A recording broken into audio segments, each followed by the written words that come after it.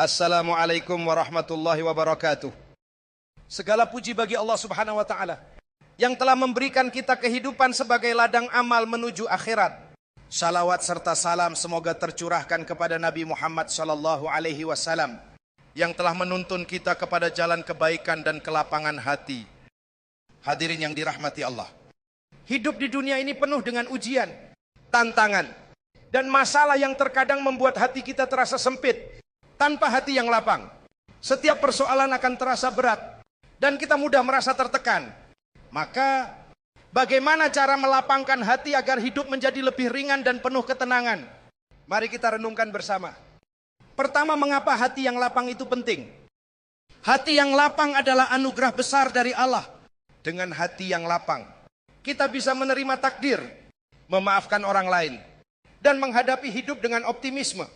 Allah Subhanahu wa taala berfirman, barang siapa bertakwa kepada Allah, niscaya dia akan menjadikan baginya jalan keluar. Quran surat At-Talaq ayat 2. Hadirin, tanpa hati yang lapang, seseorang mudah dikuasai emosi, merasa iri, atau bahkan putus asa. Sebaliknya, hati yang lapang membuat kita merasa ringan menghadapi setiap ujian hidup. 2. Tanda-tanda hati yang lapang. Poin pertama, menerima takdir dengan ikhlas. Orang yang lapang hati tidak mudah mengeluh terhadap apa yang telah Allah tetapkan. Ia yakin bahwa setiap takdir mengandung hikmah. Poin kedua, mudah memaafkan kesalahan orang lain. Maka maafkanlah mereka dan biarkanlah mereka. Sesungguhnya Allah menyukai orang-orang yang berbuat baik. Quran surat Al-Maidah ayat 13. Memaafkan adalah tanda hati yang lapang. Orang yang mudah memaafkan tidak menyimpan dendam, sehingga hatinya selalu tenang. Poin ketiga, tidak iri atau dengki. Hati yang lapang tidak merasa iri atas nikmat yang Allah berikan kepada orang lain. Sebaliknya, ia ikut bersyukur dan mendoakan yang terbaik.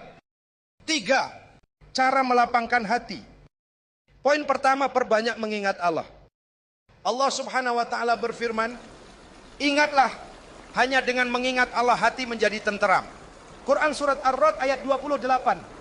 Hadirin, zikir, salat, dan membaca Al-Quran adalah cara terbaik untuk melapangkan hati. Dengan mendekatkan diri kepada Allah, kita akan merasa tenang dan yakin bahwa Allah selalu bersama kita. Poin kedua, bersyukur atas segala nikmat. Rasulullah Shallallahu Alaihi Wasallam bersabda, lihatlah orang-orang yang berada di bawahmu dalam hal dunia, dan jangan melihat orang yang berada di atasmu. Dengan begitu, kamu tidak akan meremehkan nikmat Allah. Hadis riwayat Muslim. Syukur membuat hati kita lebih lapang karena kita fokus pada nikmat yang telah Allah berikan, bukan pada kekurangan. Poin ketiga, belajar memaafkan. Memaafkan bukan hanya untuk orang lain, tetapi juga untuk diri sendiri. Dengan memaafkan, kita membebaskan hati dari beban dendam dan kebencian. Poin keempat, bersedekah dan membantu orang lain. Rasulullah Shallallahu Alaihi Wasallam bersabda, sedekah itu memadamkan dosa seperti air memadamkan api. Hadis riwayat Tirmizi.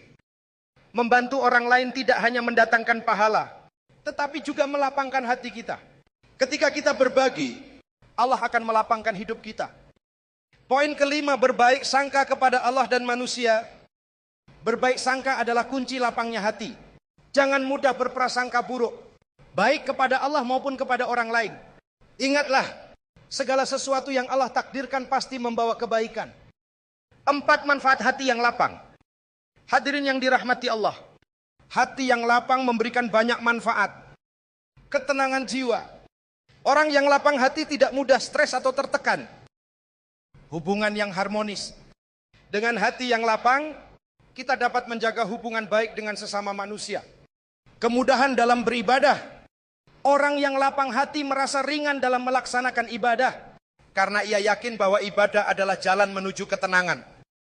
Hadirin yang dimuliakan Allah, hidup di dunia ini memang penuh ujian, tetapi dengan hati yang lapang, ujian tersebut akan terasa lebih ringan.